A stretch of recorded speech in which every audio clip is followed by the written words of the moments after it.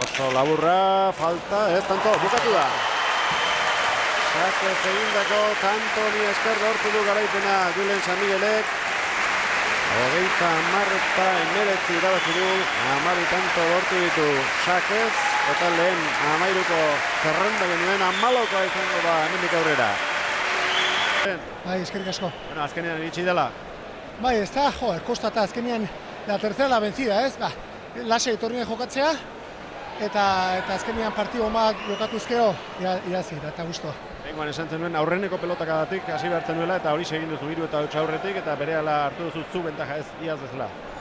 Bai, ez da, ni klaru bakat, lehen urtean un bate sakau, eta urtean etorrien zentrauta oitea, sakatzea, eta azkenean, gracias sakiai, azkenean pues irazin dut ez. Matxinek esan digu, zenbat sake egin ote ditu honek hemen izkutatuta eta zenbat erresto. Bai, ez da, ni uste, aurten nahiko entrenamentu ginda etorri naizela, eta hori azkenean antzemau da eta gusto ez. Ibili ere asko egin zara eta pelota txarra asko sartu ere bai. Bai, ez da, azkenean gu atzelarik hoxi marrakau ez, hor aurrian ezin dugu delantero baten kontra ez dakau ez eiteik, eta ni azkenean sakiakin eta gaur lasai jokau ezkero, pues azkenean irazin dut. Berak ez du berea eman, baina behar badazuk utzi ez diozulako. Bueno, bai, ez ni uste, saketin mina asko indotela, eta pelotari batez asko sakatzen belimo horako partido baten, pues bide lauta daka partidua 30 iatzeko ez.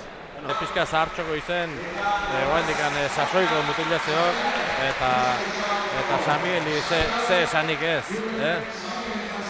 Eta hortxe, txapela antzidik, txapeldun berriak.